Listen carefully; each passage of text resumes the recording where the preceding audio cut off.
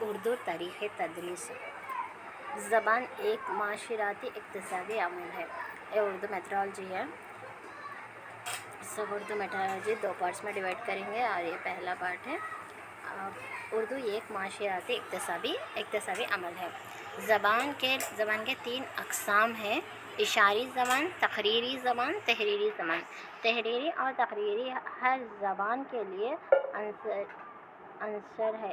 اس لیے کہا جاتا ہے کہ تقریری خیال کا آئینہ ہے اور تحریر گفتگو کا آئینہ ہے۔ تقریر ہے نا خیال کا آئینہ ہے اور تحریر ہے نا گفتگو کا آئینہ ہے۔ بھرتا ناٹیم میں سر کے 13، آنکھ کے 6، گردن کے 7، ہاتھ کے 30 پر 5، جسم کے 104 اشارے ہیں۔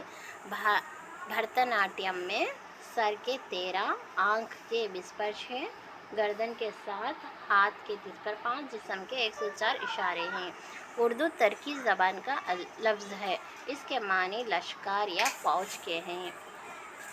1149 عیسوی کے بعد لشکر دہلی میں مختوم ہوا تھا۔ اس کو اردوئے مالوی کہا جاتا ہے۔ 1149 میں لشکر دہلی میں مختوم ہوا اور اس کو اردو مالوی کہا جاتا ہے۔ اس لشکر کی زبان فارسی اور ترکی تھی اور شہر کے باشندے برج بھاشا بولتے تھے۔ ان کے ملاپ سے اردو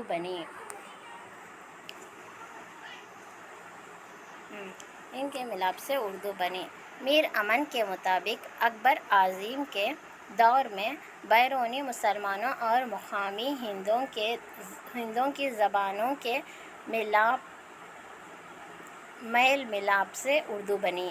محمد حسین آزاد کے مطابق اردو کا مولا و منشأ دہلی ہے۔ ڈاکٹر ہارنلی کے مطابق اردو 12ویں صدی میں دہلی کے نوھا میں پیدا ہوئی جو برج بھاشا سے نکلی۔ نصیر الدین ہاشمی کے مطابق اردو دکن سے نکلی۔ سید سلیمان ندوی کے مطابق سندھ میں ہوئی۔ محمد شریانی کے مطابق اردو زبان پنجاب سے نکلی۔ نصیر الدین ہاشمی کے مطابق اردو دکن سے نکلی۔ سید سلیمان ندوی کے مطابق سندھ سے۔ نصیر الدین ہاشمی کے دکن سے۔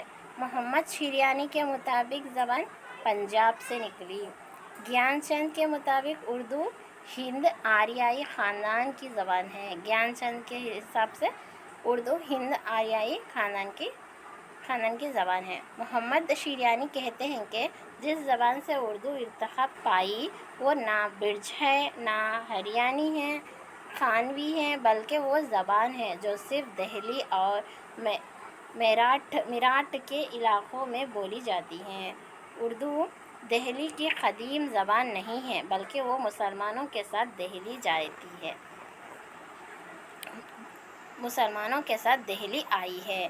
ان کے مطابق اردو اور ہندی کھڑی بولی کی بدلی ہوئی شکل ہیں۔ کس کے مطابق ان کے مطابق اردو اور ہندی کھڑی بولی کی بدلی ہوئی شکل بولے سو کون بولتا؟ محمد شریانی کا قول تھا وہ۔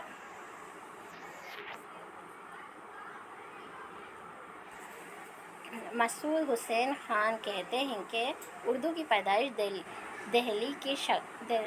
دہلی کے شمالی مغربی علاقے ہریانہ میں 15ویں صدی عیسوی میں ہوئی۔ مسعود حسین خان کیا کہتے ہیں تو اردو کی پیدائش دہلی کے شمال مغربی علاقے ہریانہ 15ویں صدی عیسوی میں ہوئی۔ امیر خسرو نے اردو کو سب سے پہلے تحریر کے طور پر استعمال کیا۔ اردو کی ترقی دکن میں ہوئی۔ بہیاں سلاطین نے اس کو ترقی دینے میں سب سے زیادہ نمایاں خدمات انجام دیے۔ اس دور کی کتاب معراج العاشقین ہے۔ بہت امپورٹنٹ ہے۔ اردو کی ترقی دکن میں ہوئی۔ بہمانی سلاطین نے اس کو ترقی دینے میں سب سے زیادہ نمایاں خدمت انجام دی۔ وہ دور کی کتاب کیا ہوتی ہے؟ معراج العاشقین ہے۔ اردو کی صاحب دیوان شاعر محمد قلی قطب شاہ ہیں، یہ تو ہم سب کو معلوم ہے۔ اردو کی پہلی مصنوعی قدمرو پدمرو ہیں، یہ بھی امپورٹنٹ ہے۔ ان کے مصنف فخر الدین نظامی ہیں۔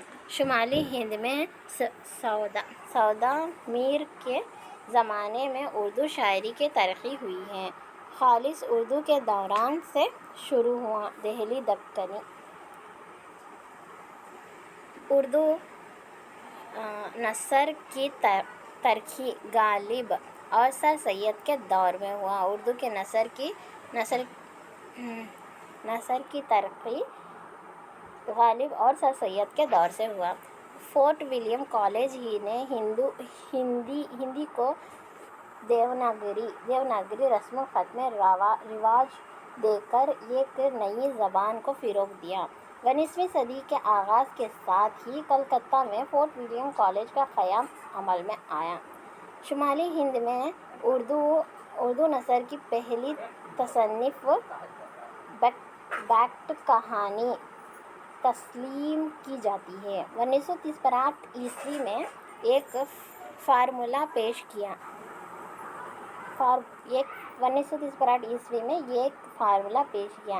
بخط فارسی اور ہندی بخط دیوناگری آزادی ہندوستان کی سرکاری زبان ہوگی۔ 1950 میں دیوناگری ہندی کو ہندوستان کی سرکاری زبان قرار دیا گیا۔ 1950 میں دیوناگری ہندی کو ہندوستان کی سرکاری زبان قرار دیا گیا اور یہ فیصلہ بھی راجندر پرساد کے ووٹ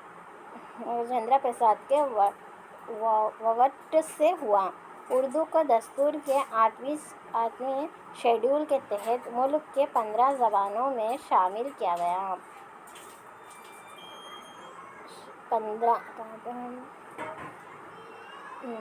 زبانوں میں شامل کروا گیا۔ صرف اردو ہی وہ واحد زبان ہے جو سارے ہندوستان میں بولی اور سمجھی جاتی ہے۔ غالب کے عہد میں اس زبان کا رائج بھی کہا جاتا ہے۔ غالب کے عہد میں اس زبان کو کیا بولتے ہیں؟ رائخہ بھی کہا جاتا ہے۔ البتہ سلطنت اودھا کے زمانے میں لکھنوی اثرات کی وجہ سے اس کو اردو کے نام سے دیا گیا ہے۔ کس کے نام سے دیا گیا ہے؟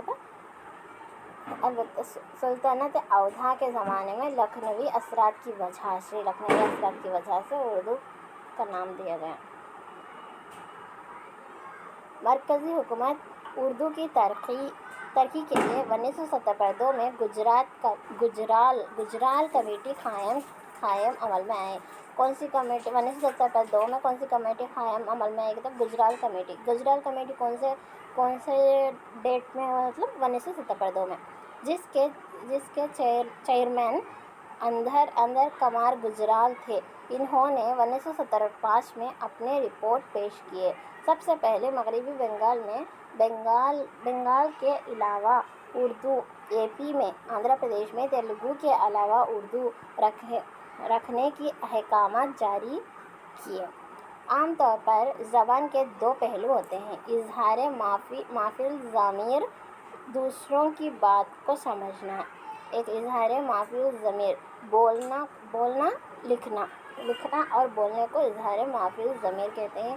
دوسروں کی بات کو سمجھنا یا پڑھنے کو دوسروں کی بات سمجھنا بولتے ہیں۔ بولنا، اسپیچ، تلفظ، لب و لہجہ، روانی، وضاحت، مخارج۔ لکھنا، رائٹنگ، ہجے، املا، اوقاف و علامات کا صحیح استعمال، خوش خطی۔ سمجھنا، انڈرسٹینڈنگ، صحیح سننا، صحیح تلفظ سے واقفیت کرنا۔ پڑھنا، ریڈنگ، حرف شناسی، تیز رفتار سے پڑھنا، خاموش مطالعہ کرنا، بلند خوانی کرنا۔ زبان سیکھنے کے یہ 4 مقاصد ہیں، افعالی مقاصد کہلاتی ہیں: بولنا سیکھنا، پڑھنا سیکھنا، سمجھنا سیکھنا، لکھنا سیکھنا۔ زبان کے 4 مقاصد ہوتے ہیں: الفاظ کے مقصد ہوتے ہیں بولنا، پڑھنا، سمجھنا، لکھنا۔ اردو زبان کے کلچری مقاصد یہ تین ہیں۔ اردو زبان کے کلچری مقاصد یہ تین ہیں: ذوق سلیم کی تربیت، اخلاق کی تربیت، فیصلے اور تخلیق کی مشق۔ بولنا، لکھنا، سمجھنا، پڑھنا۔ عام طور پر زبان کے دو پہلو ہوتے ہیں، اور دو پہلو میں ایک اظہار ما فی الضمیر، ایک دوسرے کی بات کو سمجھنے کا۔ اظہار ما فی الضمیر میں بولنا، لکھنا ہوتا ہے، دوسروں کی بات سمجھنے میں سمجھنا، پڑھنا ہوتا ہے۔ اس کے بعد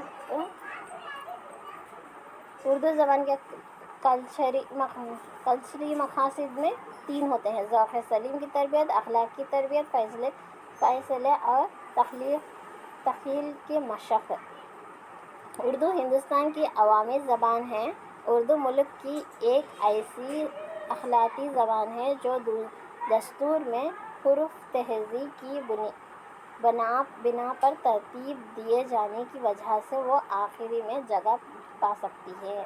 دفعہ 344 کے تحت دستور ساز اسمبلی کو اختیار ہے کہ ریاست میں علاقائی زبان کے علاوہ دوسرے اہم زبان کو دوسرے سرکاری زبان کا موقف دیا جا سکتا ہے۔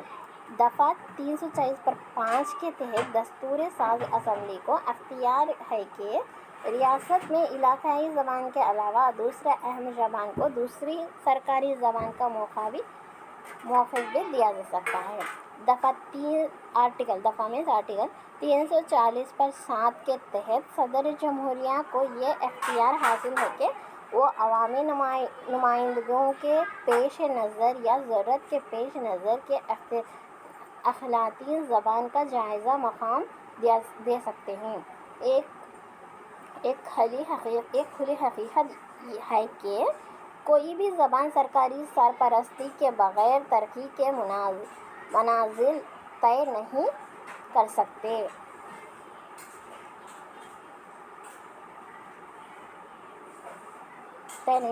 اے پی اردو کو ایک خاص مقام حاصل ہے۔ 1950-6 میں لسانی بنیادوں پر ریاست کی تقسیم عمل میں آئی۔ جنوبی ہند میں اے پی کا قیام عمل میں آیا 1950-6 میں، اور بنیادوں پر ریاستوں کی تقسیم عمل میں آئی۔ 1960-4 میں سرکاری زبان سے متعلق مسودہ قانون اسمبلی میں پیش ہوا، جن کو 1960-6 میں منظور کر لیا گیا۔ کوٹھاری کمیشن 1960-4 اور 1960-6، یہ یاد رکھیے، کوٹھاری کمیشن 1964-1966۔ دفتہ 7 کے مطابق اردو کے سرکاری استعمال کی تمانیت حاصل ہے۔ 1970-7 کو جیو نمبر 470/2 کے اجرائے عمل میں آئی، جس کی رو سے اے پی میں تیلگو کے علاوہ اردو کی سرکاری استعمال کی وضاحت کی گئی ہے۔ 1970-7 میں جیو نمبر 470/2 472 کے اجرائے عمل میں آئی، جس کی وجہ سے اے پی میں تیلگو کے علاوہ اردو بھی سرکاری استعمال کی وضاحت کی گئی۔ اردو کو سرکاری حیثیت ملنے کے بعد ابتدائی مدرسے میں جہاں فی جماعت کم از کم 10 طلباء اور فی مدرسہ 30 طلباء ہوں، اردو ذریعے تعلیم کی سہولتیں فراہم کی جائے گی۔ دستیاب سازی اسمبلی 1924/9 میں اردو کو سرکاری حیثیت ملنے کے بعد ابتدائی مدرسے میں جہاں فی جماعت کم از کم 10 طلباء اور فی مدرسہ 30 طلباء ہوں، اردو ذریعے تعلیم کی سہولتیں فراہم کی جائیں۔ دستور ساز اسمبلی 1924/9 میں زبان کی پالیسی کا اعلان کیا تھا، جو 1950 کو بنیادی قانون بن گیا۔ دستور کے دفعہ 350 میں زبانوں کی ترقی اور تحفظ کی تفصیلات دی گئی ہیں۔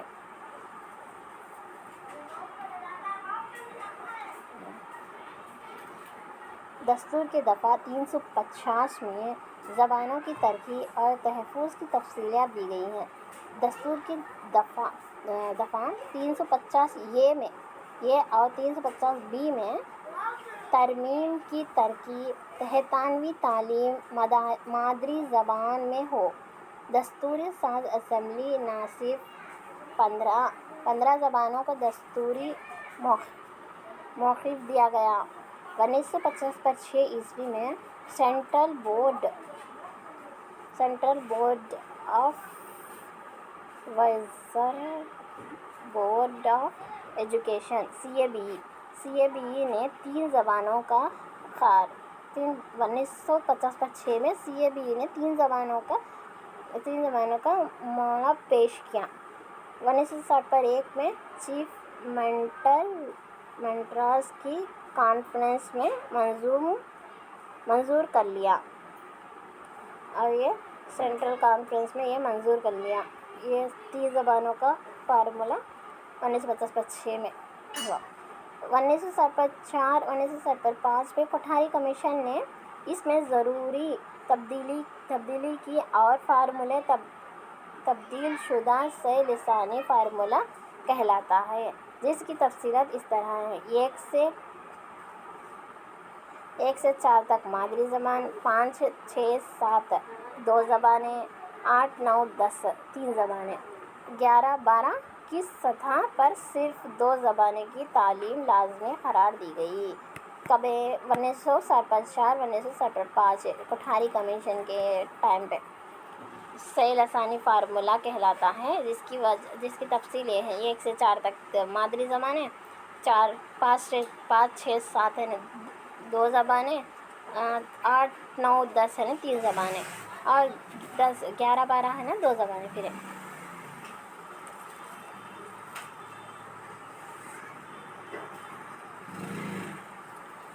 2 زبانیں۔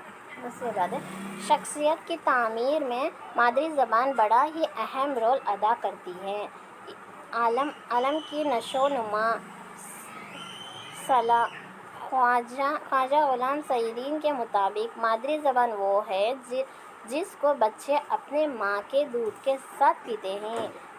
یہ بھی بہت بار پوچھ گئے ہیں۔ خواجہ غلام سعید کے مطابق مادری زبان وہ ہے جو بچے اپنے ماں کے دودھ کے ساتھ پیتے ہیں۔ ہر شخص کی مادری زبان وہ زبان ہے جس کی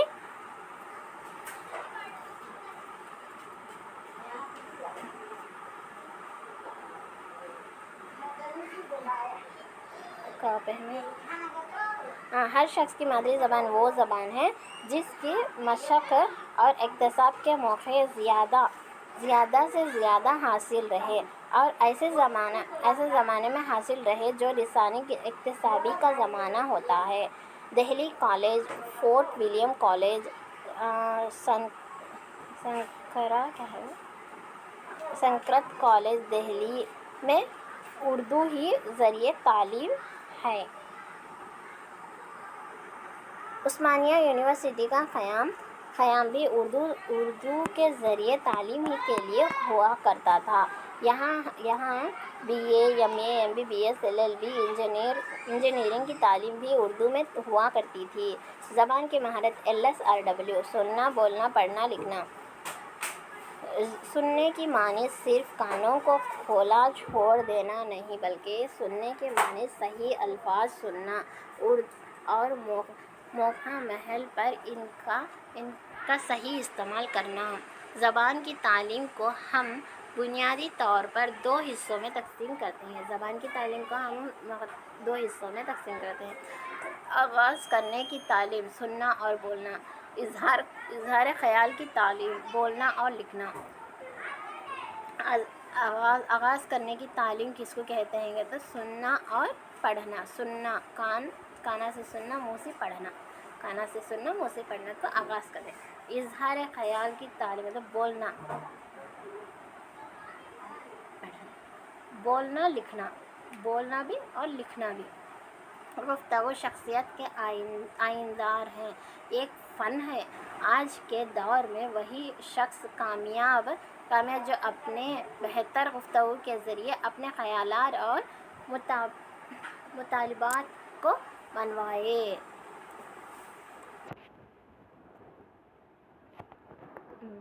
طرز گفتگو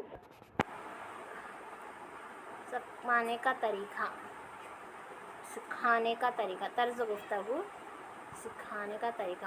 فرض کھیلوں، گیتوں، نظموں، سوالات جوابات، مکالموں، دلچسپ موضوعات سے بولنا سکھا سکتے ہیں۔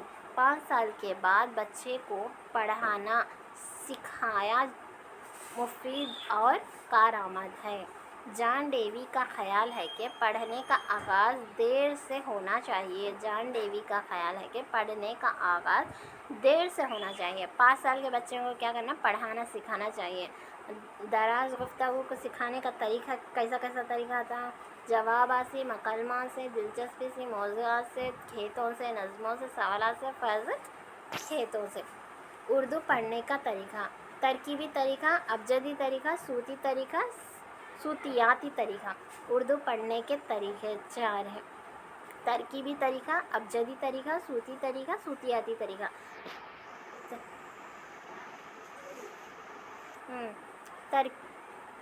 ابجدی طریقہ، صوتی طریقہ، صوتیاتی طریقہ۔ اس کے بعد ہے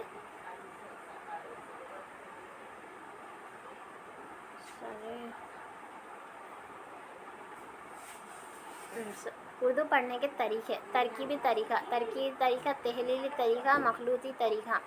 اردو پڑھنے کے طریقے 3 ہیں۔ ترکیبی طریقہ ہے کہ تحلیلی طریقہ ہے کہ مخلوطی طریقہ۔ ترکیبی طریقے میں 3 ہیں پھر۔ ترکیبی طریقہ، ابجدی طریقہ، صوتی طریقہ، صوتیاتی طریقہ۔ ترکیبی طریقہ، ابجدی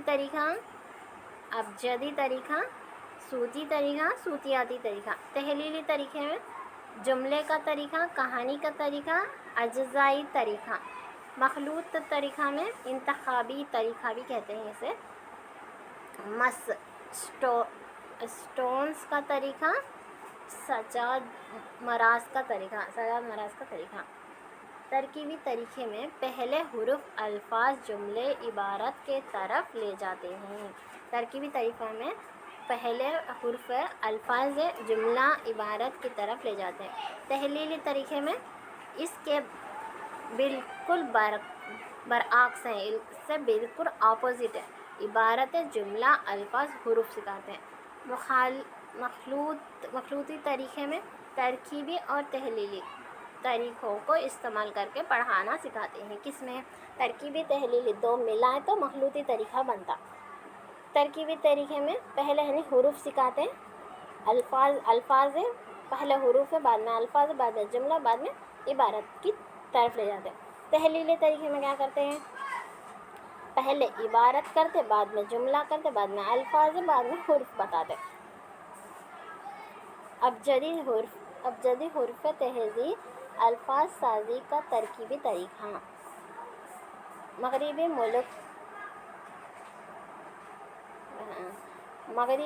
ممالکت میں یہ طریقہ شاذ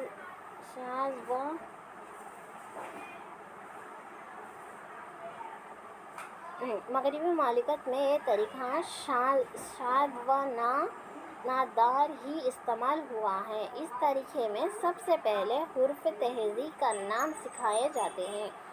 آسان سے مشکل کی طرف اس طریقے سے بچے کو پڑھنا اور ہجے کرنا دونوں ایک ساتھ آ جاتا ہے۔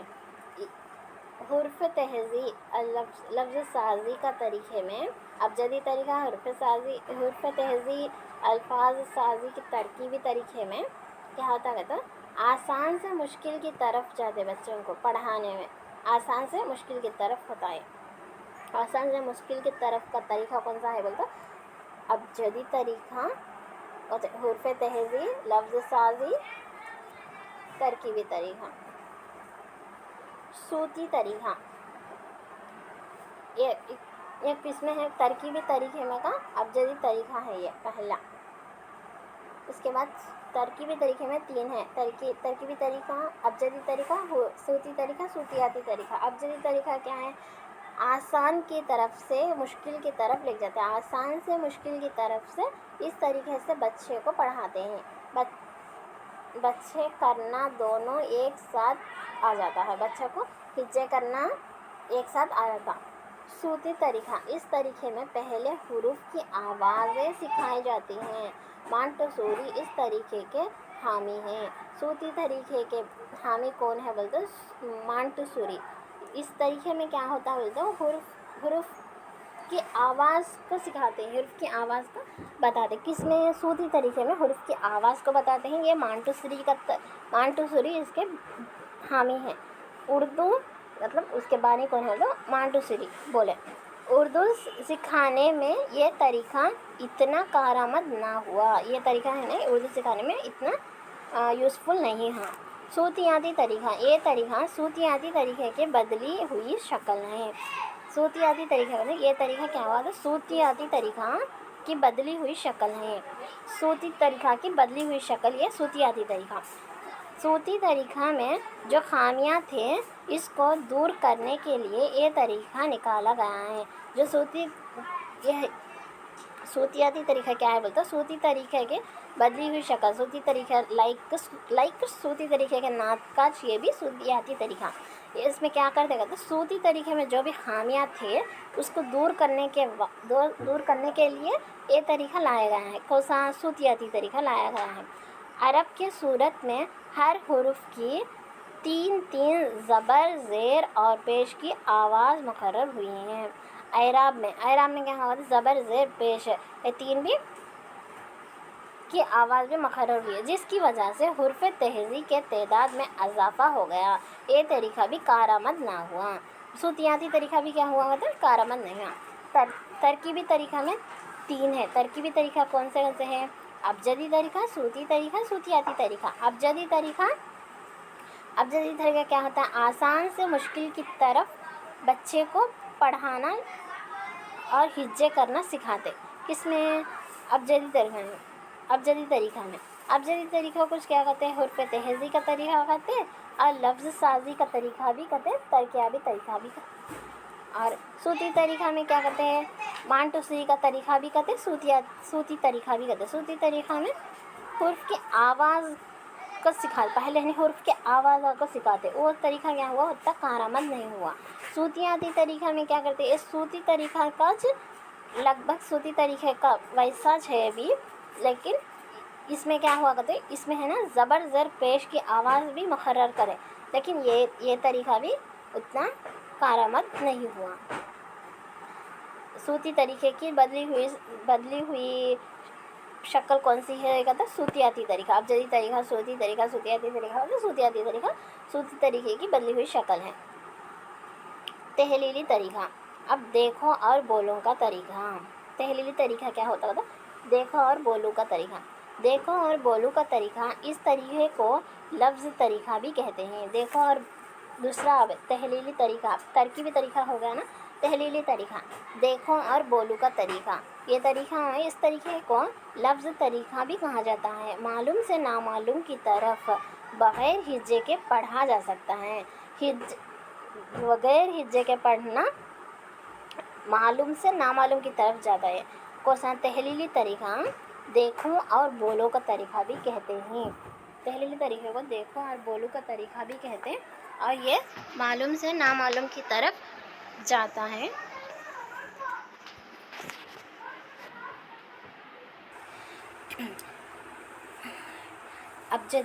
تحلیلی طریقہ دیکھو اور بولو کا طریقہ، اس طریقے کو لفظی طریقہ بھی کہتے ہیں. دیکھو اور بولو کا طریقہ بھی کہتے ہیں تحلیلی طریقہ بھی.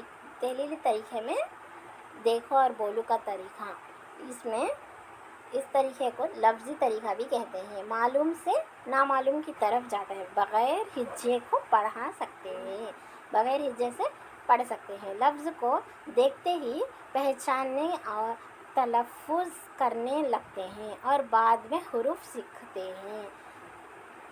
اس میں دیکھو اور بولو کے طریقے میں کیا کرتے ہیں معلوم سے نامعلوم کی طرف جاتا، پہلے لوگ دیکھتے ہی ورڈ پڑھ ڈالتے، بعد میں اسے ہجا کرنا شروع کر دیں، اور یہ الفاظ کو دیکھتے ہی پہچانتے اور تلفظ کرنے لگتے، اور بعد میں حروف سیکھتے ہیں، اس کے بعد وہ حروف سیکھ لیتے ہیں۔ اجزائی طریقہ، اجزائی طریقہ، یہ طریقہ دیکھو اور بولو ہی کے ایک صورت ہے۔ اب یہ بھی کیا ہے بولتے دیکھو اور بولو کے بائی سچ اجزائی طریقہ بھی اس کی ایک صورت ہے۔ اس طریقے کو سب سے پہلے پسٹالوجی نے رائج کیا تھا۔ اس طریقے کو نہیں پسٹالوجی نے رائج کیا۔ کون سے طریقے کو؟ اجزائی طریقے کو۔ اجزائی طریقہ کیا ہے؟ دیکھو اور بولو کی ایک صورت وہ بھی ہے۔ اردو زبان میں اس طریقے پر شیخ چاند نے بولتا قاعدہ مرتب کیا۔ شیخ چاند کہتے سنو بولتا قاعدہ، اردو زبان میں ایک طریقے پر شیخ چاند نے بولتا قاعدہ مرتب کیا۔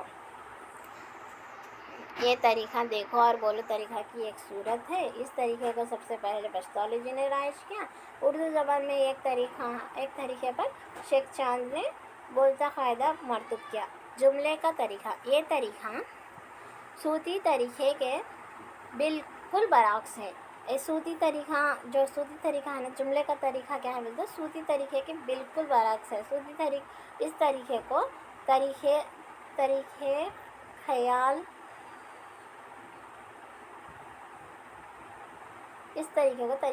بھی کہتے ہیں۔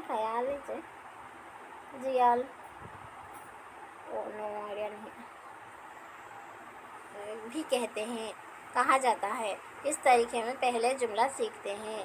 گول ڈھول میں بھول ہے، قصے گوئی کا یہ طریقہ صوتی طریقہ کا صوتی طریقے کا اپوزٹ طریقہ کون سا ہے بولتے جملے کا طریقہ۔ اس گول ڈھول میں بھول ہے گا۔ قصے گوئی کا طریقہ، یہ طریقہ بھی تحریری طریقہ ہے۔ اس میں جملے کے طریقے کو ایک قدم آگے بڑھایا جاتا ہے۔ جملے کے طریقے سے بھی ایک قدم آگے بڑھا کر یہ طریقہ کریں۔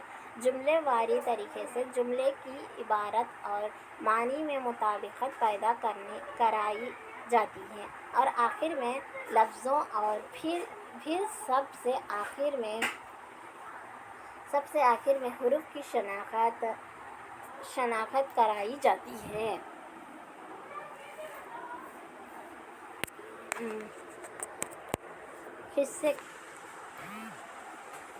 قصے گوئی کا طریقہ، یہ طریقہ بھی تحلیلی طریقہ ہے۔ اس جملے کے طریقے کو ایک قدم آگے بڑھایا جاتا ہے۔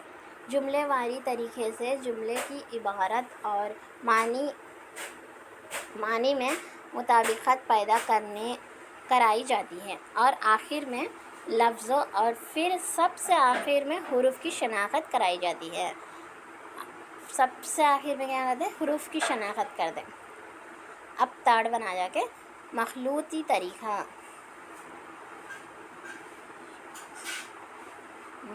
سٹونز کا طریقہ، امریکہ کی بڑے مشہور معلمے ہیں۔ انہوں نے قصے واری طریقے کو بڑا اہمیت کی ہے۔ در حقیقت وہ مخلوط طریقہ کی حامی تھے۔ مخلوطی طریقہ سٹونز کا طریقہ، امریکہ کے بڑے مشہور معلمہ ہیں۔ انہوں نے قصے واری طریقے کو بڑے اہمیت کی ہے۔ در حقیقت وہ مخلوط طریقہ کے حامی تھے۔ اس طریقے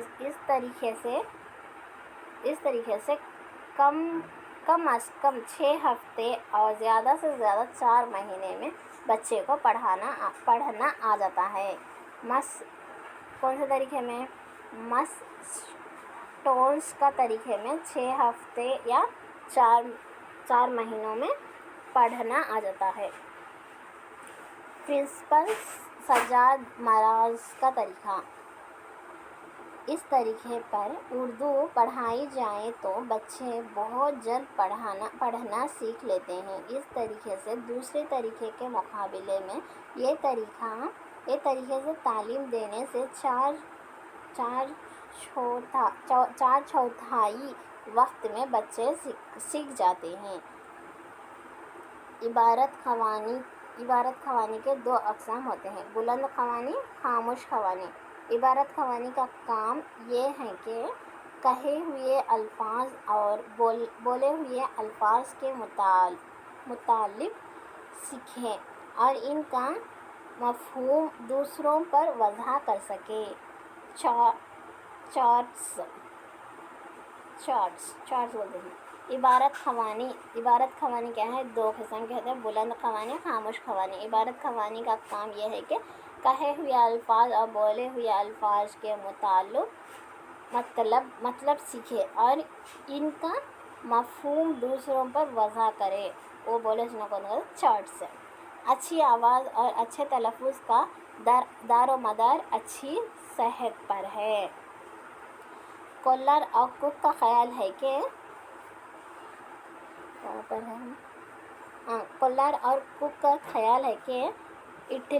اٹلی والوں کی آواز اس لیے اچھی ہوئی ہے کہ وہ اپنے زیادہ وقت گھر کے باہر گزارتے ہیں۔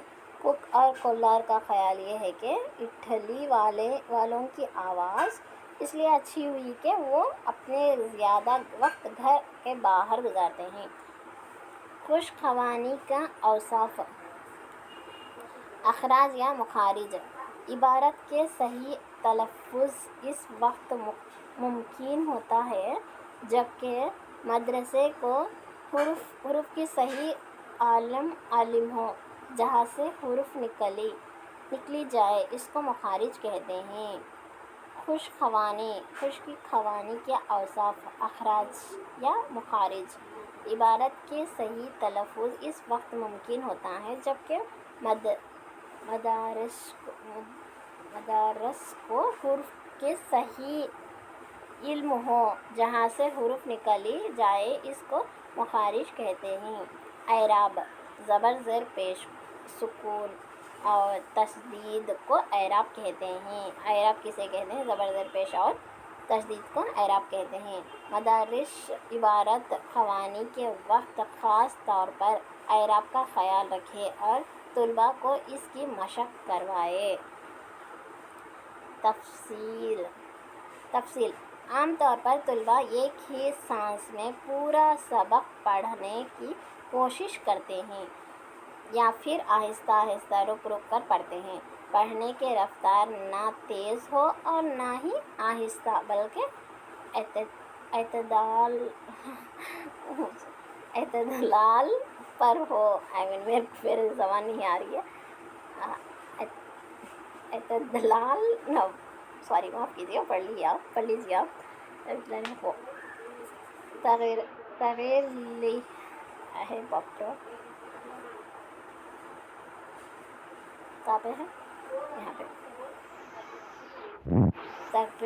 تغیر لحن: آواز کے اتار چڑھاؤ کو تغیر لحن کہا جاتا ہے۔ آواز کے چڑھاؤ کو تقیید اور اتار کو تخفیف کہا جاتا ہے۔ تقیید کس کو کہتے ہیں یہ بھی پوچھ سکتے ہیں۔ تقیید کس کو کہتے ہیں؟ آواز کے چڑھاؤ کو۔ اتار کو کہتے ہیں تخفیف۔ معنی آفرینی: اس کا انحصار میرا نام ہی آیا ہے یہاں پہ۔ معنی آفرینی: اس کا انحصار تلفظ، تفصیل، روانی، تخیر اللحن پر ہوتا ہے۔ اس میں جذباتی عناصر بھی شامل ہیں۔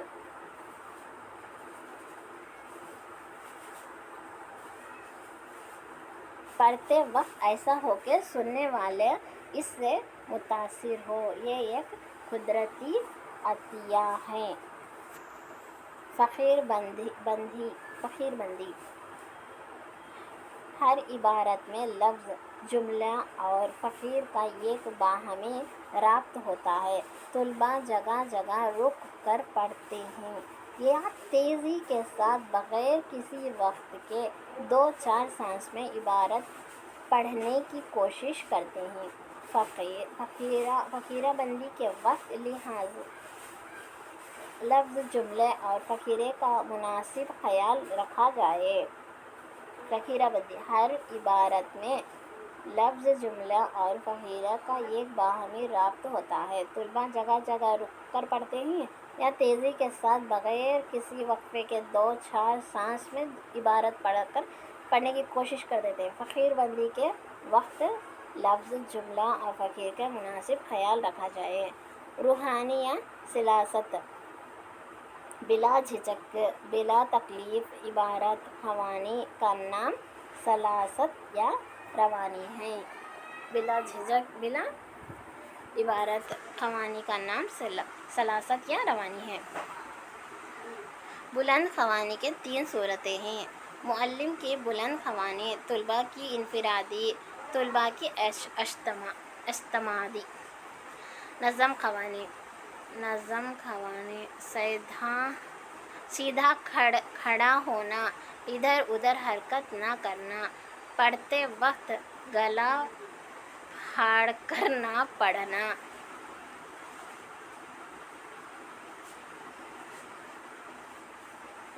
کہاں پہ ہیں ہم؟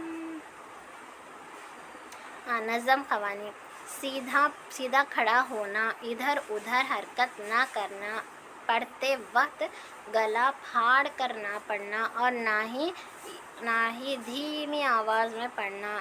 ایک دم بہت آواز میں نہیں پڑھنا، بہت کم آواز میں بھی نہیں پڑھنا، یہ ایک ساتھ پڑھنا۔ ادھر ادھر حرکت بھی کر دینا ہے۔ کوئی کیا کرتے ہیں، جھولتے رہتے پڑھتے پڑھتے، سیدھا کھڑ کے پڑھنا۔ اور ترنم، لب و لحاظ صاف و واضح سے پڑھنا۔ ترنم اور لب و لحاظ سے صاف و واضح سے پڑھنا۔ میں چھوٹی تھی تو ٹریننگ ٹیچرس آتے تھے، 5th کلاس یا 7th کلاس میں تھی میں، تو پرندے کی فریاد کا نعت تھا۔ تو پرندے کی فریاد وہ بچپن میں ہم لوگ چھوٹے جب ایسے پڑھتے تھے، آتا ہے یاد مجھ کو گزرا ہوا زمانہ، او باغ کی بہاریں، وہ سب کا زمانہ، ایسا پڑھ دیتے تھے۔ تو ٹریننگ ٹیچرس آ کے ہم لوگوں کو نعت کے ساتھ، ترنم کے ساتھ سکھائے تھے، اور ابھی تک بھی یاد ہے میرے کو۔ ویسے ہی میرے کو وہ نظم میرا فیوریٹ نظم بن گیا کہ اب تک بھی میرے کو فیوریٹ ہی ہے۔ اب وہ 7th کلاس سے نکال کے 5th کلاس میں ہے۔ وہ کیسا پڑھا ہے بولے تو، آتا ہے یاد مجھ کو گزرا ہوا زمانہ، وہ باغ کی بہاریں، وہ سب کا چہچہانا، آزاد مجھ کو کر دے وہ قید کرنے والے۔ ایسا پڑھائے تھے۔ پورا نظم اچھا یاد تھا میرے کو، اب میں بھول گئی تھی۔ چلو اب ہم، اور میں ٹریننگ کر رہے جب بھی وہی نظم لے کے وہی نظم سے میں پڑھائی تھی، وہی نعت، وہی ترنم کے ساتھ، وہی ترانہ سے پڑھائی تھی میں ٹریننگ کرتی تھی بچوں کو۔ میں ٹیچر ٹرینر تھی، ٹریننگ کر رہے جب۔ چلو اب سبق میں دیں گے۔ مخارج کی تعداد 17 ہیں۔ مخارج کی تعداد 17 حروف جیسے جگہ سے نکلتی ہیں جس کو مخارج کہتے ہیں۔ حمزہ ہے ابتدائی حلق سے نکلتے ہیں، یہ تو بہت امپورٹنٹ ہے۔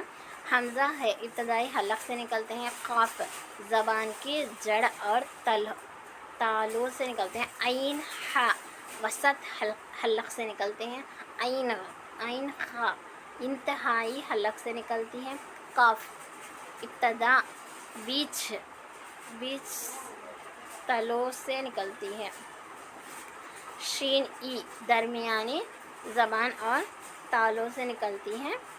الف فضائے دہن سے نکلتی ہے۔